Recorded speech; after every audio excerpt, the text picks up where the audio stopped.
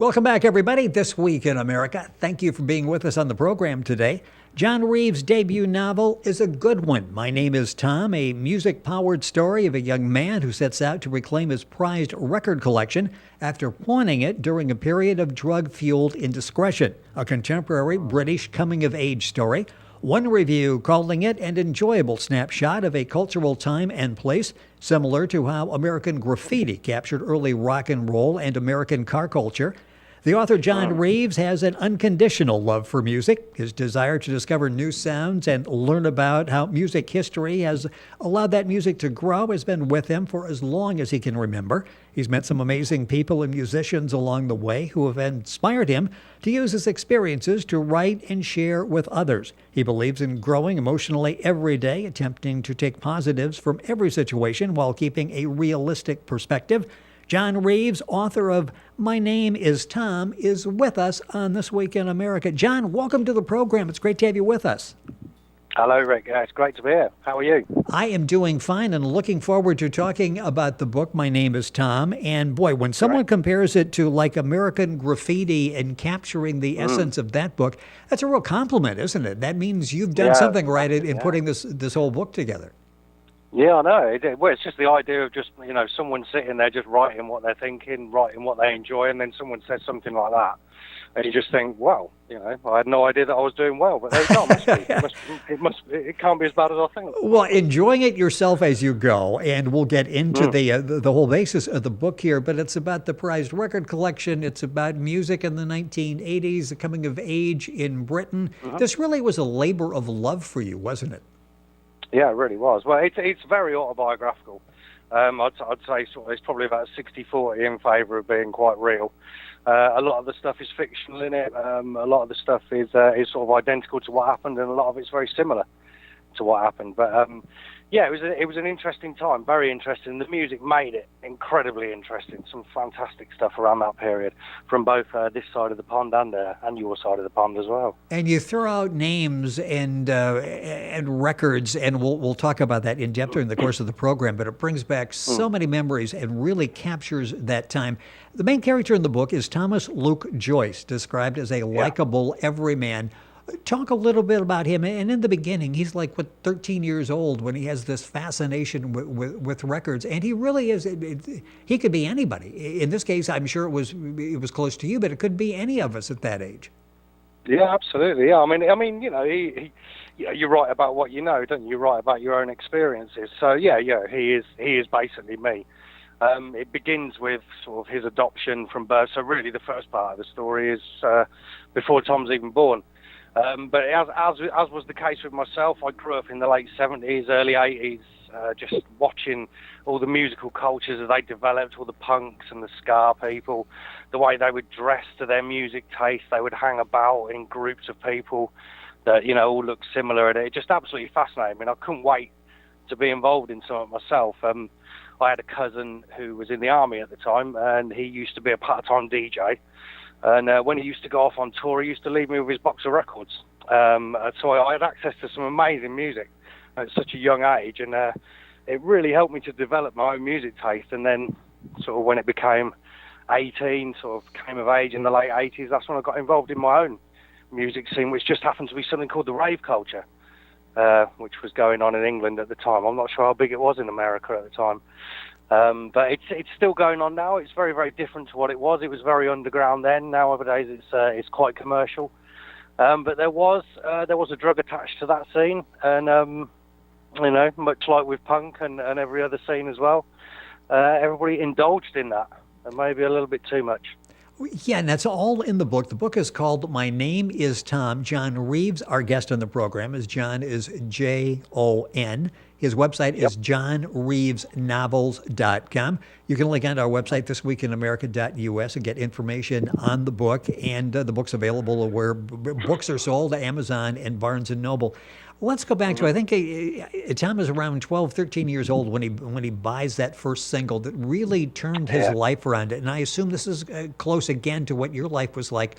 When you bought that first single, that opened a whole new world for you, didn't it?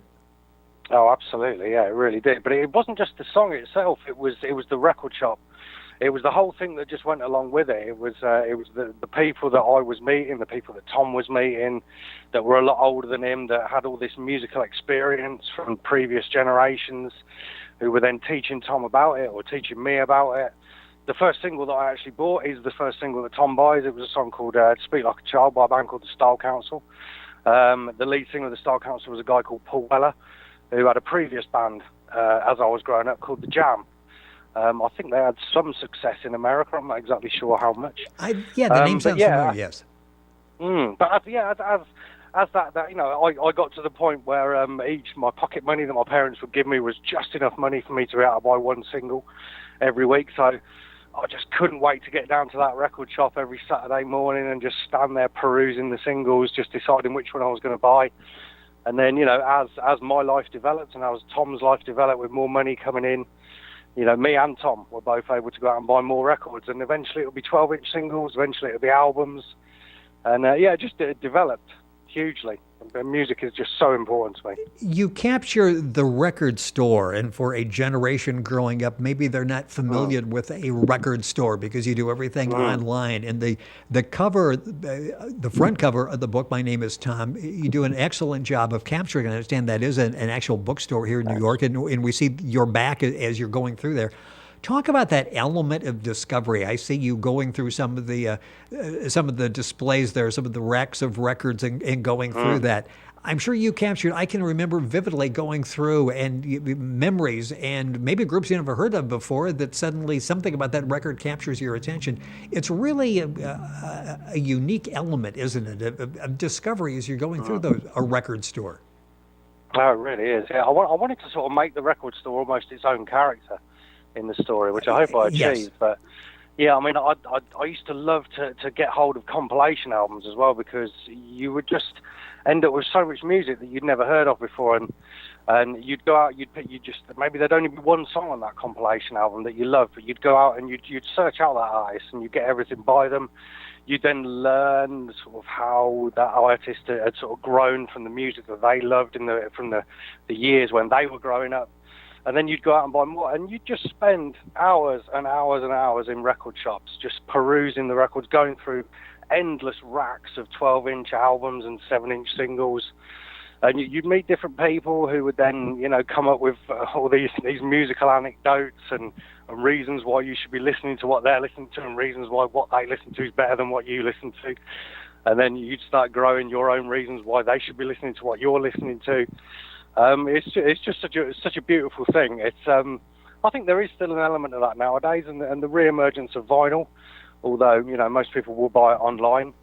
I think there's a lot of coloured vinyl stuff that comes out nowadays that people want to search out. So that, you know, there's the ability to get a version of the record that you wouldn't find in the record shop by going online. In the book, Tom discovers all of that. He is going through and he's taking all of his money that he's getting from his dad, and I think mowing lawns along the way. And he really amasses a very impressive collection, including some rare records. And then along comes Gary into his life, and you mentioned this whole rave scene. Talk about that, where suddenly there's a whole different element that comes into his life, which leads him to get rid of the record collection. Yeah, absolutely. Yeah, well, it's as myself, as in the same with Tom, watching all the cultures, you know, punk, etc. As I was growing up, just couldn't wait to be part of his own scene. And then, you know, but as soon as he comes of age, 18, he gets involved in the rave scene, which has a drug attached to it. Which is sort of very intrinsic with the music itself.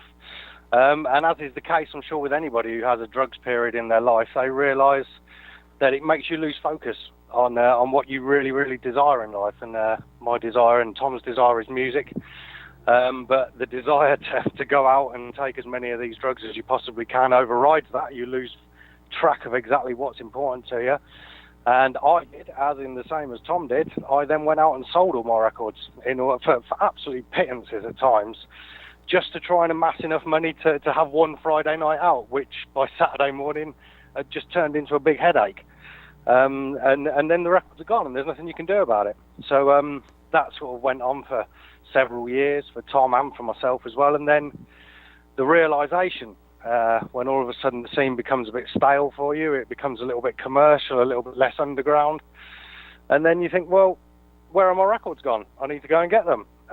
So I did, and Tom did, amassed a list, which did include a very small list of rarities that Tom then went out and tried to regain, and he sort of retraced the steps where he sold them to sort of characters where he'd sort of like met in car parks or arranged to meet over the phone and then sold the records on, or to just small shops that would buy and sell second-hand records.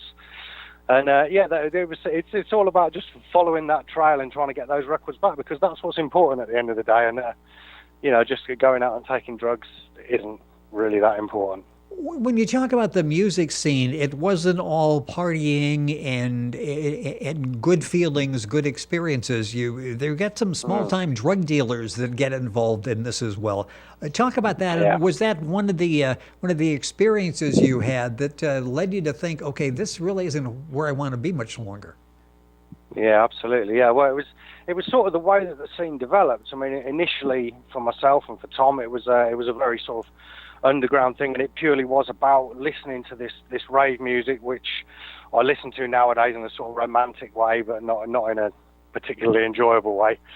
And then as the scene develops, as you become more involved in it, you start meeting more people, and then all of a sudden the scene becomes about people making money and not necessarily about enjoying themselves. And then there were many situations that I got involved in and that Tom gets involved in the book, which leads him to pull himself out of the scene, including a lot of situations that would happen in what we used to call illegal warehouse parties, where someone would just, you'd meet in a car park somewhere and off would go about 100 cars off to a warehouse in the middle of nowhere, where someone would have set up a sound system, and then there'd be absolutely no rules in there whatsoever, of course, and then, eventually the police would turn up and shut that down. And that happened to me, and that happened to Tom many, many times. You realize at one point that, okay, I've gone too far. How difficult was it for you, Tom, in the book? And the book is called My Name is Tom. Jon Reeves, the author, our guest on the program. How difficult realization is one thing. Stepping back from where you were is another. How difficult was it to get away from that lifestyle and get back to what you really enjoyed, which was listening to music? To be honest with you, at the time, it wasn't really that difficult for me. It was a realization that it didn't really suit me, and that actually there were far more important things. I think just sort of watching it as it developed and realizing that things were becoming quite aggressive. I think that was really what made me realize, and that's what makes Tom's realize in the book, that actually it's not for him. And just as things go on, it just becomes quite a painful thing to be involved in. As far as actually stopping taking the drugs, for me and for Tom, I hope in the book as well, it comes across that wasn't actually really an issue for him, because without the scene itself, without the warehouse parties, without the raves, without the dancing till 8 o'clock in the morning, there's no point in taking the drug. There really wasn't. So once the scene became stale and aggressive and commercial, there just didn't seem any point to it. And actually stopping the drug itself really wasn't an issue for me. And hopefully that comes across in the book as far as Tom's concerned. Well, yeah, and it's interesting. Once you take the drug out of content, it's like, okay, it doesn't make any sense now. It made sense when I was living in this world, this environment, and it doesn't make any sense now. Time going by way too quickly. My name is Tom. Jon Reeves, our guest on the program. JonReevesNovels.com is his website, JonReeves novels.com. Link on directly by going to our website, thisweekinamerica.us. The dialogue is really well done. Talk about writing the dialogue. Did a lot of this come from memory, or did you create this as you went? Because the dialogue is riveting. It's pretty hard to put the book down because you've got some good dialogue developing there. Well, thank you.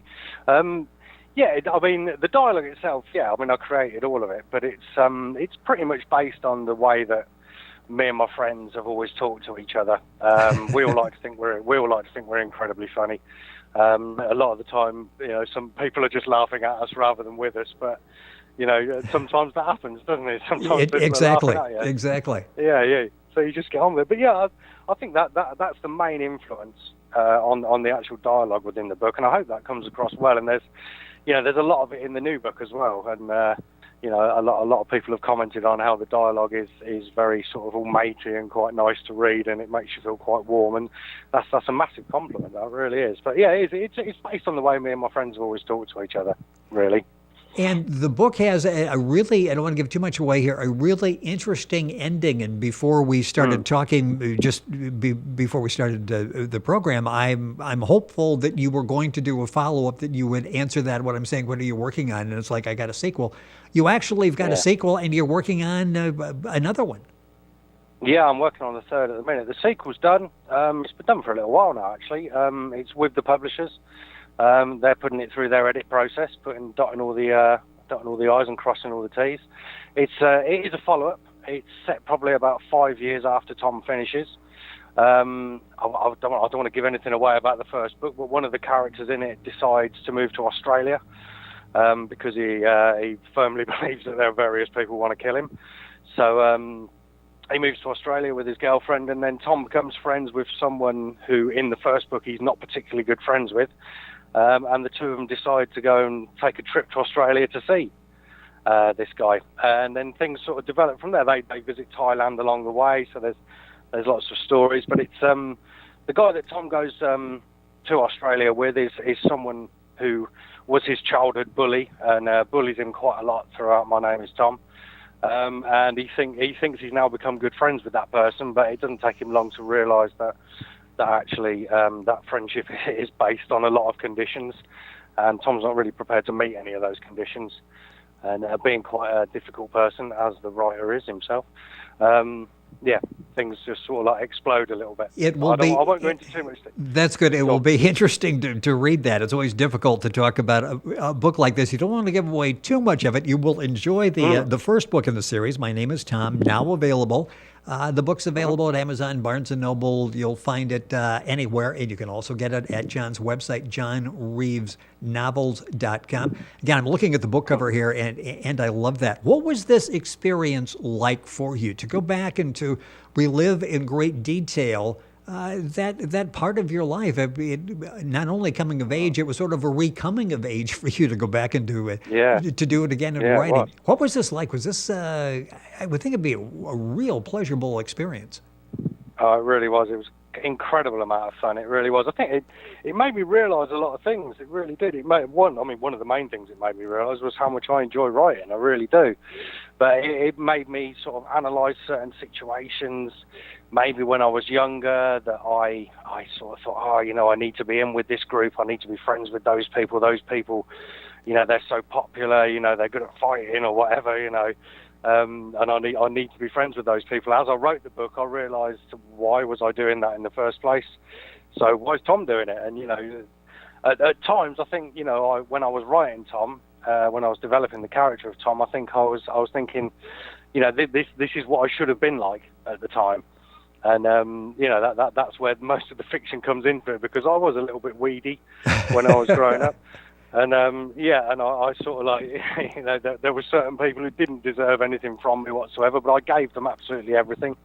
And in turn, they just rewarded me with lots of bullying and lots of unpleasant comments. Which, to be honest with you, there are times, even now I'm in my mid-40s, those things can come back and hit me at times now. I know how to deal with them now, and I think writing the book was quite therapeutic in that way, because it did, like I say, it did make me realise that actually I was very misguided as a youth, and that maybe I should have been a little bit more like Tom at the times, and sometimes with the character of Tom, maybe I should have been a little bit less like him. Yeah, it sounds like there was some self-discovery as you were back writing the book. It also sounds like here's a great way to even some scores back during that period, because you're the author now. This is my world, and I'm going to create it the way that I want to. The book is an excellent read and will bring back so many memories. My Name is Tom. Jon Reeves is the author, Jon, and then Reeves, Reeves. The website is johnreevesnovels.com. About 30 seconds or so left in the program, and I mentioned this before. This really has all the earmarks of a really good television series. Any chance that at some point you'll pursue that possibility? Oh, I'd absolutely love to pursue that. I really would. I mean, I've gone to the point of actually starting to write a script myself for the first book, and I've even started to do it on the second book as well. I'm a big fan of certain filmmakers, Martin Scorsese, two filmmakers in England called Shane Meadows. I don't know whether you're aware of him in America or not.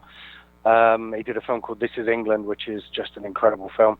And I'm also a big fan of Danny Boyle, which of course you all know. And I'm a big fan of Joel and Ethan Coen as well, the likes of Fargo, things like that. So I think that sort of way of writing, that sort of way of filmmaking, would really appeal to me, and I'd absolutely love to. And maybe a TV series would just suit it perfectly as well. I think the Joel and Ethan Coen series of Fargo and the Narcos series recently as well. I just think they were incredible. I think the way they're written and the way that they're filmed and the way they're acted is just absolutely fantastic. I'd love my book to be made into something like that. Well, it's one of those books, as you're reading, it's a very visual writing style that you have. And I'm thinking, wow, I'm visualizing this. Get a hold of somebody real quick because we can make this into a TV series. So hopefully that will happen. The new book is out. We've got a sequel just about ready to go out, the third one that's being written at the present time. My name is Tom. Jon Reeves, our guest on the program, the author of the book, Jon and Reeves, and the website, johnreevesnovels.com. You can click on directly at our website, thisweekinamerica.us. Jon, thank you so much for being with us on the program. Really enjoyed the book and the opportunity to talk about it with you. Thank you for being with us. Great. Thanks for having me, Rick. It's been a pleasure. You're listening to This Week in America. Our guest, Jon Reeves. The book is called My Name is Tom, and information available at our website, thisweekinamerica.us. Stay tuned. We're back on today's program right after these messages.